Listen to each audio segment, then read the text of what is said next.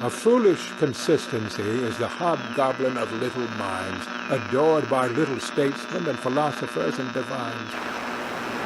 If a man does not keep pace with his companions, perhaps it is because he hears a different drummer. A different drummer. And now, coming to you from dead center on your dial, welcome to Risk Parity Radio, where we explore alternatives in asset allocations for the do-it-yourself investor. Broadcasting to you now from the comfort of his easy chair, here is your host, Frank Vasquez. Thank you, Mary, and welcome to Risk Parity Radio. If you are new here and wonder what we are talking about, you may wish to go back and listen to some of the foundational episodes for this program. And those are episodes 1, 3, 5, 7, and 9. One of our listeners, Karen, has also reviewed the entire catalog and has additional recommendations as foundational episodes. Ain't nothing wrong with that. And Karen's recommendations are episodes 12, 14, 16, 19, 21, 56, and 82, in addition to the first 5 that I mentioned. Now, I realize women named Karen get a bad rap these days, but I assure you that all of our listeners are intelligent, thoughtful, and savvy. Yes! And don't forget that the host of this program is named after a hot dog. That's not an improvement. Lighten up, Francis. But now onward to episode 171.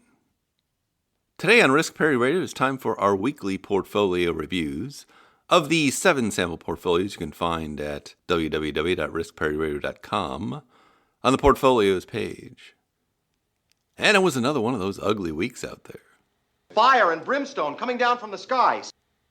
Looks like I picked the wrong week to quit sniffing glue. But before we get to that, I'm intrigued by this, how you say, emails.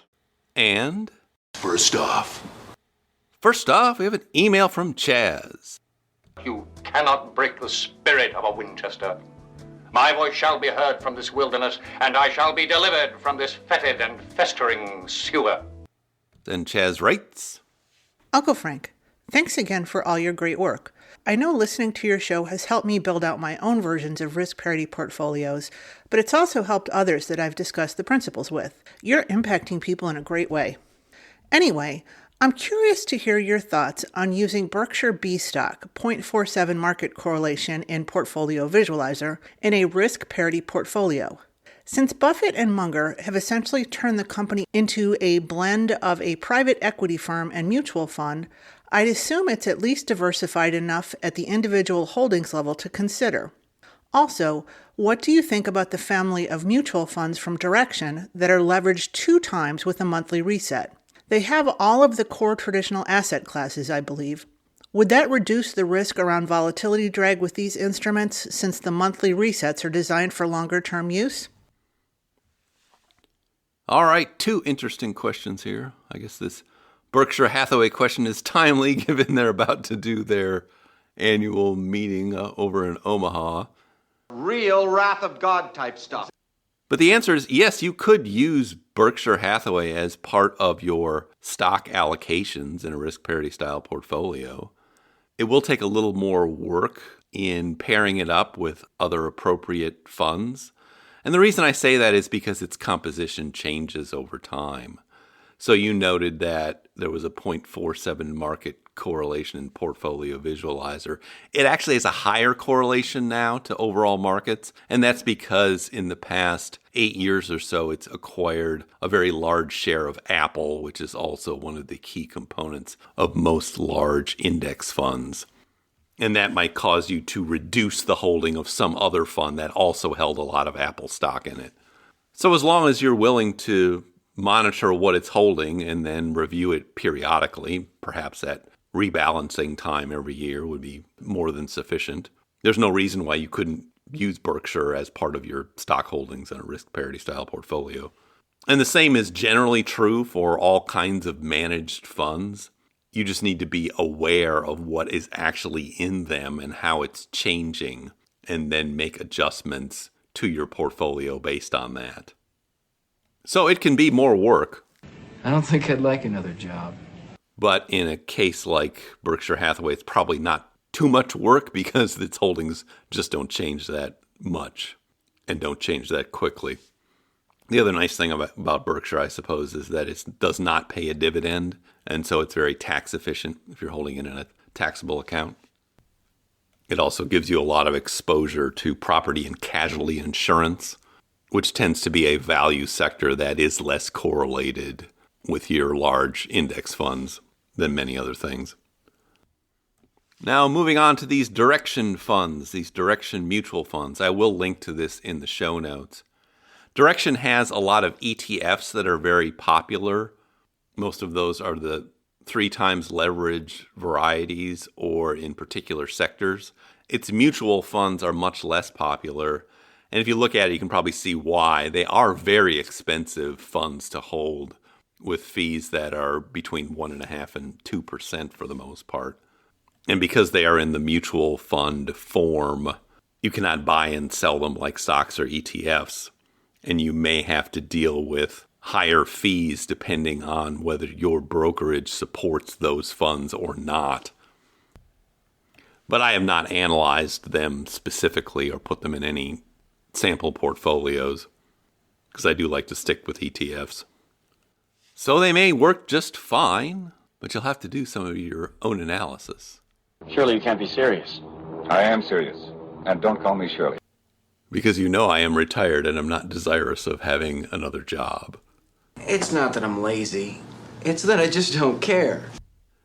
And thank you for your email.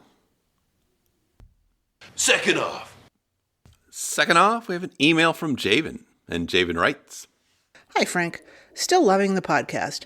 Thanks for all the work you put into this to help the rest of us become smarter investors. Forgive me if you've answered this question already, and if you have, please point me to the right episode.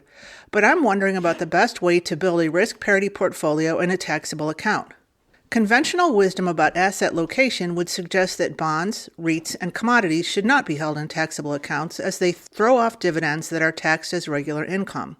I suppose one solution to this problem would be to hold only equities in the taxable account and hold bonds, REITs, commodities, etc. in tax-advantaged accounts.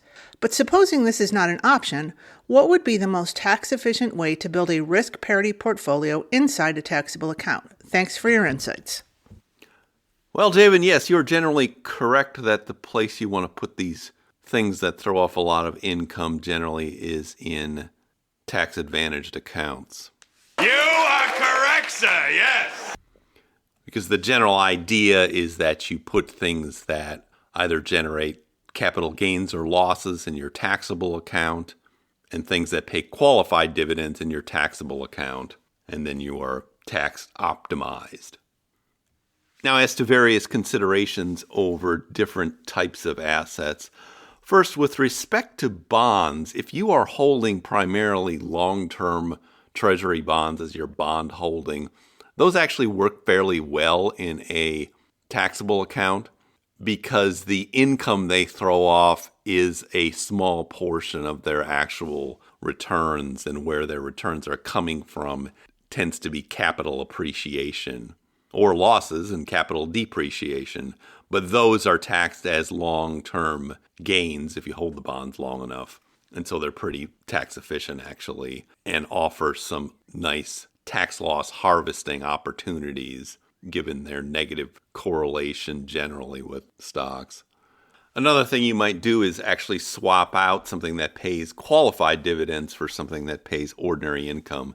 And in that respect, you might use utilities or utilities fund as a substitute for REITs. You will get a portfolio that has slightly different characteristics. That'll be a bit more conservative, but it will be more efficient on the tax side of things. And we have talked about that from time to time, going all the way back to episode 27, where we did a 10-question analysis of utilities funds and trotted out a couple of sample portfolios you might consider. For something like commodities, I would probably worry less about it for a couple of reasons.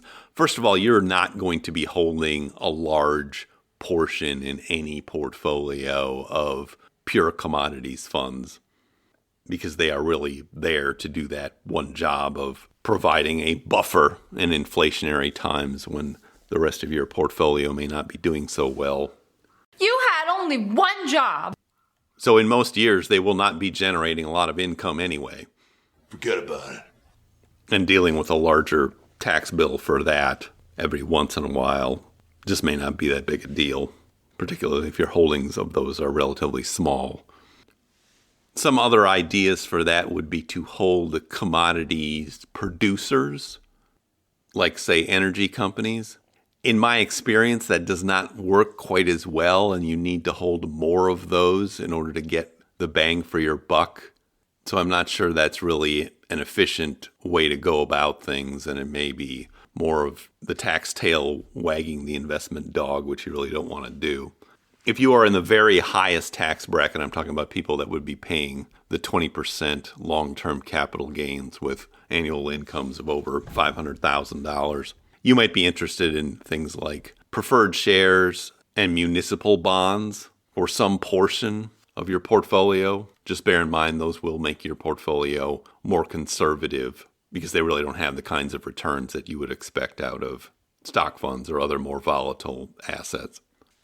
Hopefully that helps, and thank you for that email. Bow to your sensei. Bow to your sensei!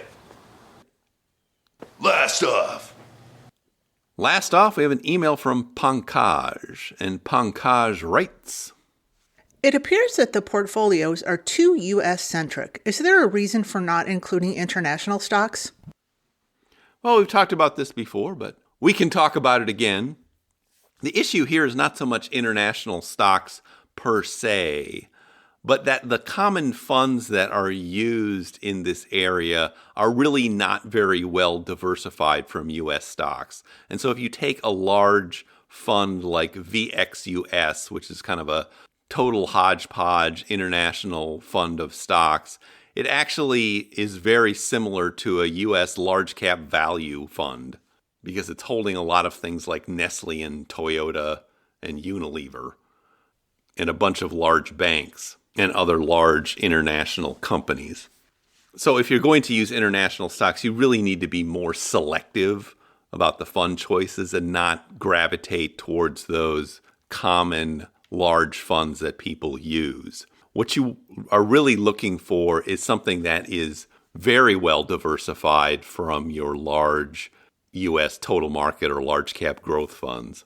And examples of this are things like Chinese A shares, which invest primarily in stocks in the domestic Chinese economy and historically have had decent returns but a very low correlation to the rest of world markets.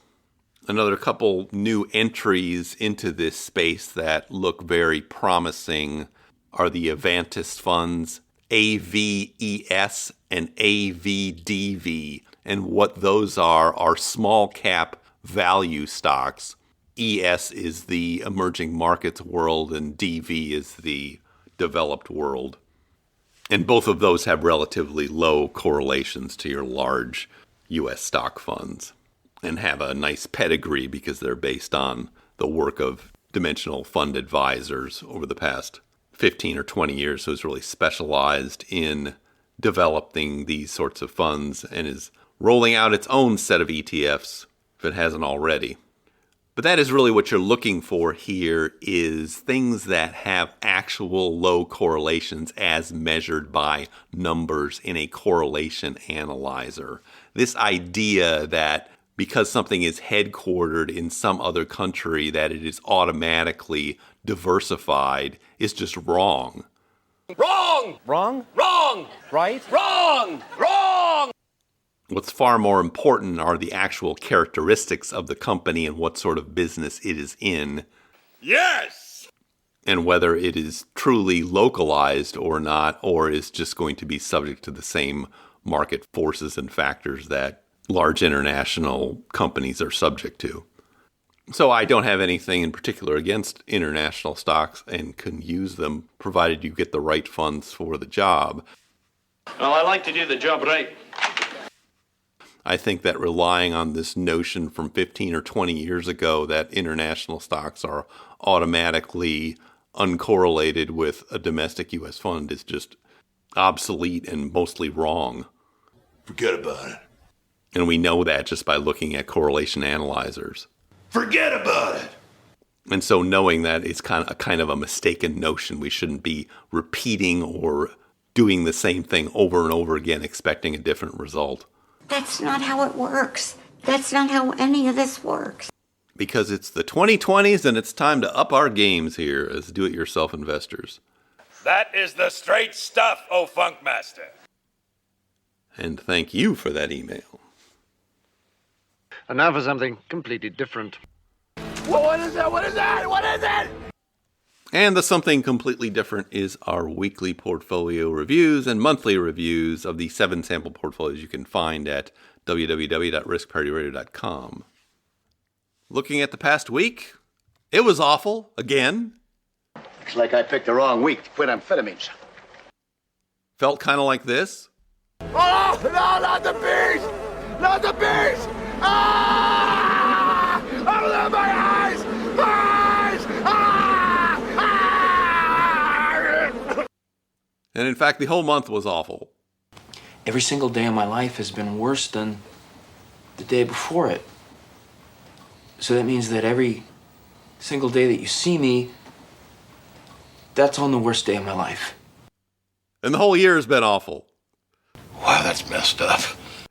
We're now reading reports of things like, well, this is the worst month since 2008, and this is the worst start to the year since 1939 or something like that. I did not go and verify that information, but those are the sorts of things I've been hearing. But anyway, looking at how bad it was, the S&P 500 was down 3.27% for the week. The NASDAQ was down 3.93% for the week. It is down 21.16% year to date. Gold was down 1.78% for the week. Long-term treasury bonds represented by TLT were one of the big winners this week, only being down 0.45%. They really kind of flattened out and been treading water recently. REITs represented by the fund REET were down 5.25% for the week. I think there may have been a distribution there. Commodities were actually up last week, represented by PDBC, our commodities fund. It was up 1.20% for the week. And preferred shares represented by the fund PFF were down 0.79% for the week. Now looking at our sample portfolios, they mostly had a rough time, but not nearly as rough as the stock market and the rest of the markets for the most part. Our most conservative portfolio, this all seasons portfolio, it's a reference portfolio. That's 30% in stocks, 55% in treasury bonds, and then 15% divided into gold and commodities, was down 1.27% for the week. It is down 10.86% year to date and is up 1.29% since inception in July 2020. Since it's the end of the month, we calculated our distributions for May, and this fund will be distributing $32 from cash that has accumulated for May, and that is at an annualized 4% rate. It has distributed $173 year to date, I believe all from cash, and $734 since inception in July 2020, when it started out with about $10,200. This portfolio has a lot of cash in it right now because it had fairly large distributions out of that commodities fund last December. That will continue to pay all the distributions until it's rebalanced in July. Moving into our bread and butter kind of portfolios, the first one is this Golden Butterfly, 40% in stocks divided into a total market fund and a small cap value fund, 40% in bonds divided into long and short-term treasuries, and 20% in gold. It was down 1.92% for the week. It is down 9.23% year to date. Not too bad, all things considered. It is up 14.18% since inception in July 2020. For its distributions for May, we'll be taking $45 from the Gold Fund at GLDM, and we are distributing out of it at a 5% annualized rate. We have distributed $231 year-to-date out of it and $1,012 since inception in July 2020 when it started with $10,000, and it has $10,450 right now. Next one is our golden ratio portfolio. This one is 42% in stocks, 26% in long-term treasuries, 16% in gold, 10% in REITs, and 6% in cash. It was down 2.52% for the week. It is down 12.82% year-to-date. It is up 12.86% since inception in July 2020. We are distributing $43 out of it from cash for May, which is also at a 5% annualized rate. This portfolio always distributes out of cash, which is replenished at rebalancing in July. We've distributed $231 out of this year-to-date, or will have, and $1,012 since inception in July 2020. Now moving to our third bread and butter portfolio, the Risk Parity Ultimate. This one has 14 funds in it. I won't go through all of them. It's our most diversified portfolio. It was down 2.22% last week. It is down 12.94% year-to-date, and is up 9.69% since inception in July 2020. We are distributing $49 out of it at a 6% annualized rate for this portfolio. It is coming out of the fund COM, which is a commodities fund that we hold in this portfolio that has been the best performer recently. We will have distributed $269 out of it year-to-date and $1,189 out of it since inception in July 2020. And it is now just under the $10,000 it started with. It is at $9,829 at the end of this week. And now moving to these experimental portfolios, where we learn that having lots of leverage may not be a good idea in a down market. Look away, I'm hitting this. But that's why we run these experiments. Well, you have a gambling problem. First one is our accelerated permanent portfolio. This one is 27.5% in the leveraged bond fund TMF, 25% in UPRO, the leveraged stock fund, 25% in PFF, that's a preferred shares fund, and 22.5% in GLDM, a gold fund. It was down 3.6% for the week, so fairly comparable with the stock markets. It is down 24.88% year-to-date. It is up 1.04% since inception in July 2020, back to where it started. And we are distributing out of this at the gaudy rate of 8% annualized, so we'll be taking $57 from cash out of it for May because the cash had accumulated there. We'll have taken out $343 year-to-date and $1,560 since inception in July 2020. A couple more weeks like this last one in the stock market, we'll be rebalancing it again. Don't be saucy with me, Bernays. This time we'd be selling bonds and buying stocks at the rate it's going. But we check that on the 15th of every month for these experimental portfolios because they are on rebalancing bands, as we describe on our portfolios page. Next experimental portfolio is this aggressive 50-50 portfolio. Lots of leverage, lots of pain. A horrible, twisted freak. Not any gold, lot more pain. So it has 33% in the stock fund at UPRO, the leveraged stock fund, 33% in the leveraged bond fund TMF.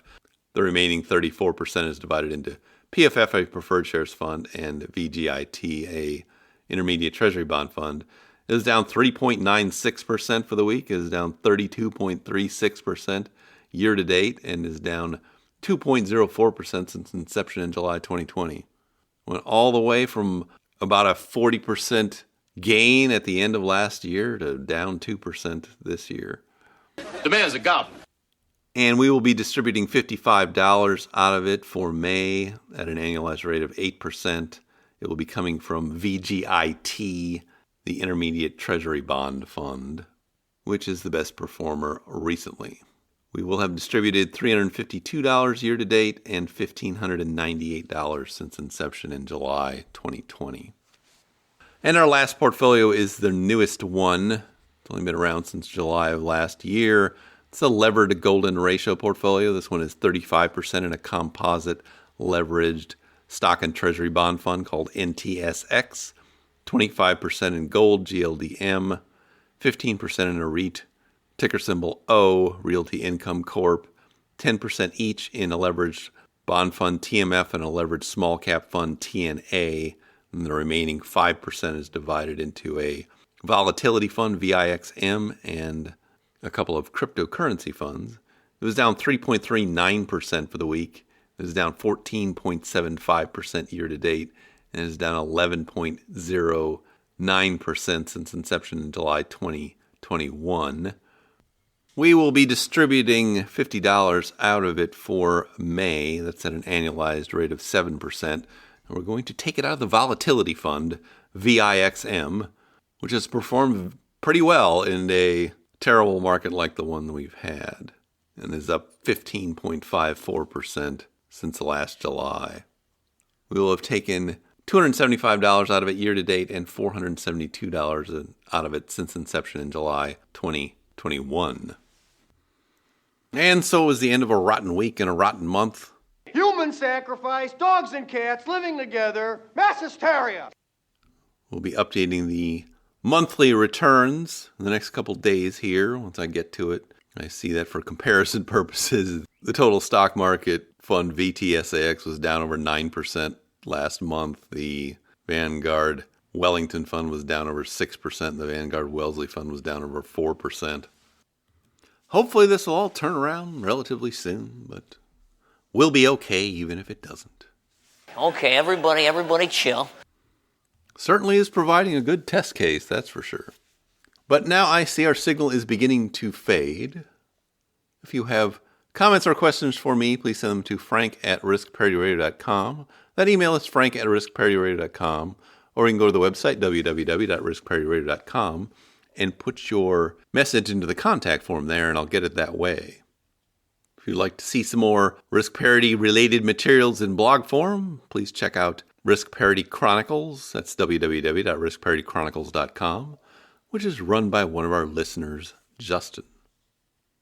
If you haven't had a chance to do it, please go to your podcast provider and like, subscribe, give me some stars or review. That would be great. Okay. Thank you once again for tuning in. This is Frank Vasquez with Risk Parity Radio, signing off. 106 miles to Chicago. We got a full tank of gas, half a pack of cigarettes. It's dark, and we're wearing sunglasses. Hit it.